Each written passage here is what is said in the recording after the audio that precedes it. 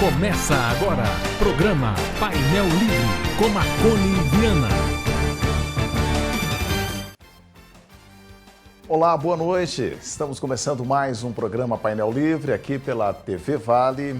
Hoje vamos homenagear um profissional da área da saúde tão importante, né? É o pediatra. Recentemente tivemos o Dia do Pediatra. Quem vai conversar com a gente é a doutora Gisele Araújo Gandra, pediatra, que aceitou o nosso convite, vai bater um papo super descontraído, gostoso com a gente aqui na noite de hoje. Quero agradecer a você que nos acompanha pelas redes sociais, estamos ao vivo no Facebook e também transmitindo no nosso site, tvvalenet.com.br e ainda no canal 7 analógico, no canal digital 34. Doutora Gisele, que prazer recebê-la, seja bem-vinda, boa noite. Boa noite. Eu que agradeço, é um prazer estar aqui com todos vocês. Obrigado pelo convite. Doutora, quando, né, e por que você decidiu a ser pediatra? Conta pra gente um pouquinho disso. Na verdade, eu decidi ser pediatra foi em 2014. Assim que eu formei, eu vim trabalhar em Gouvêia junto com meu marido, e aí eu fui trabalhar no posto de saúde. E lá eu atendia tanto idosos quanto adultos, gestantes e crianças. E lá eu percebi que eu era apaixonada pela pediatria. Então, hoje, quer dizer, você se graduou, aonde você se graduou? E o seu contato foi na faculdade com a pediatria? Foi no seu curso de graduação ou foi quando você já estava no posto de saúde?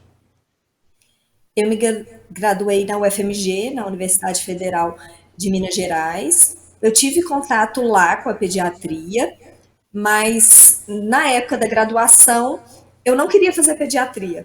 Eu não era apaixonada pela pediatria, igual eu fiquei depois quando eu comecei a trabalhar no posto de saúde. Eu tive um contato lá, mas o maior contato foi realmente no posto de saúde, que foi o meu primeiro serviço. O que mais te encanta na profissão? Na verdade, o que mais me encanta são as crianças. Na verdade, as crianças são pessoas maravilhosas, surpreendem a gente a cada dia. Então, assim, a questão de poder cuidar delas é surpreendente. Assim. Nunca é uma rotina, na verdade. Elas sempre me surpreendem a gente. Então, assim, o que mais me encanta é poder ter esse contato com as crianças. Doutora, quem é que mais sofre com as patologias infantis? São as crianças ou os pais das crianças? Na verdade, os pais. Os pais sempre sofrem mais do que as crianças. Na verdade, a ansiedade, o fato da gente não saber como que vai evoluir, essa questão causa um sofrimento muito maior nos pais do que na própria criança. Hoje a gente está vivendo num país em que parece que todo mundo sabe de tudo mais do que todo mundo, né? As opiniões e ninguém pode contradizer nada. Como é que fica a posição, né? A gente costuma dizer sempre quando a gente bate papo com médicos aqui sobre o doutor Google. Ele é um facilitador ou é um complicador na vida do pediatra? Na verdade, eu tento usar o Dr. Google a meu favor. Sempre que tem alguma patologia, alguma coisa na criança que eu não consigo mostrar para os pais o que é, normalmente eu uso do Google para poder pegar alguma imagem, alguma coisa para poder mostrar assim, olha, o seu filho tem isso aqui, para poder explicar exatamente o que é que ele tem. Só que nesse quesito, aí o Google me ajuda. Mas a partir do momento que os pais tentam pesquisar o que é que o filho tem, para poder, antes de procurar um médico, aí ele acaba atrapalhando. Porque normalmente o Google sempre mostra o pior. Ele nunca mostra o que pode ser de mais simples. E aí os pais já chegam com uma ansiedade muito grande, pensando sempre na pior doença possível, e isso acaba atrapalhando, porque eles já chegam com muitas armas na hora da consulta, pensando sempre ser o pior, e normalmente não é. Normalmente é sempre uma coisa bem mais simples. Então, no quesito para os pais, o Google acaba atrapalhando mais, porque gera uma ansiedade muito grande até eles conseguirem a consulta para ter o contato com o médico, para a gente poder explicar realmente qual que é o problema da criança. E aí vem uma outra discussão, né, sobre o automedicamento, que eu acho que vai na mesma linha. Às vezes, um amigo, uma tia chega e apresenta, esse remédio é bom, pode dar. Essa automedicação, às vezes não, né? Ela é da cultura do brasileiro. Como é que é administrar isso, né, no mundo da medicina, da saúde? É muito difícil, principalmente em questão de criança, porque criança tem a particularidade, não é qualquer remédio que você pode dar, não é qualquer remédio que é indicado para aquela criança, a dose depende do peso, então não significa que aquele remédio foi bom para o filho da vizinha, que vai ser bom para o seu, porque depende muito da dose, é dose dependente, então depende do que o seu filho tem, do peso do seu filho. Então, a automedicação é um problema muito grande para a gente, principalmente na área da pediatria, porque pode causar problemas muito sérios para crianças. Nós já pegamos várias crianças intoxicadas lá no hospital por causa de uso de medicação indevida, sem prescrição médica, às vezes porque o filho de alguém usou e tudo, e aí a criança chega intoxicada para a gente porque fez uso incorreto da medicação sem prescrição médica. Doutora, há um termo, né, que é muito comum, né? Às vezes tem até publicidades com piadas, filho agasalho. Não faz diferença a temperatura ou o tempo, os pais estão sempre preocupados, as mães principalmente, com aquele cuidado excessivo, o agasalho.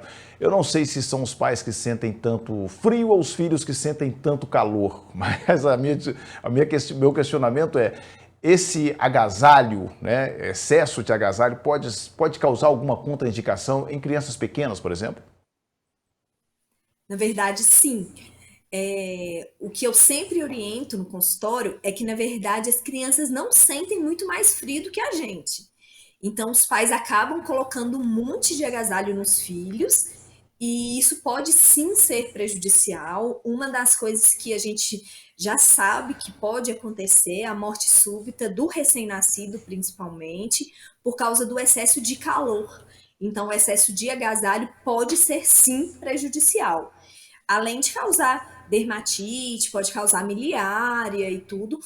Então, o que eu sempre falo com os meus pais é assim: se você não tá cheio de roupa de frio, não é o neném que tem que estar cheio de roupa de frio. O neném, ele não sente muito mais frio do que a gente.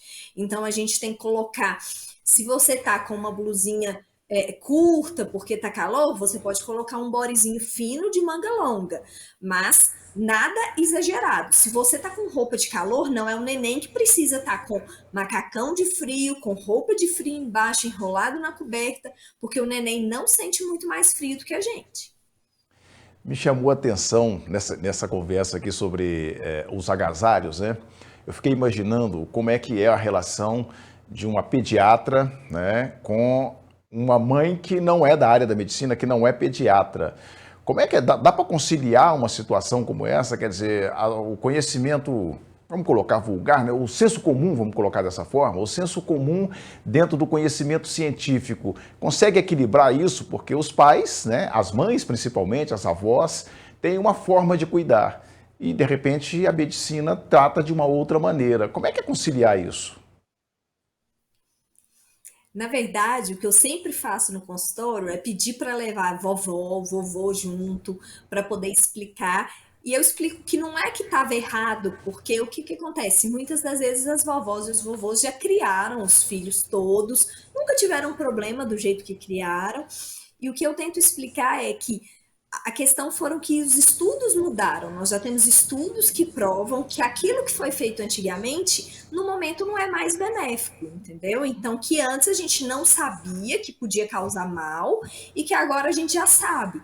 Então, eu acho que a gente explicando tudo certinho e conversando, dá para lidar super bem com isso. A questão é sempre você ter uma explicação certinha para dar sobre aquilo. A partir do momento que você explica para o pai, para a mãe, para a vovó, para o vovô, o porquê daquilo que você está orientando, aí eles compreendem e vão para casa super tranquilos. Olha, a gente está falando aqui sobre homenageando, né, o pediatra. Tivemos o Dia do Pediatra recentemente e estamos conversando com a doutora Gisele Araújo Gandra, que atendeu o nosso convite. A gente vai fazer um rápido intervalo, voltamos em instantes.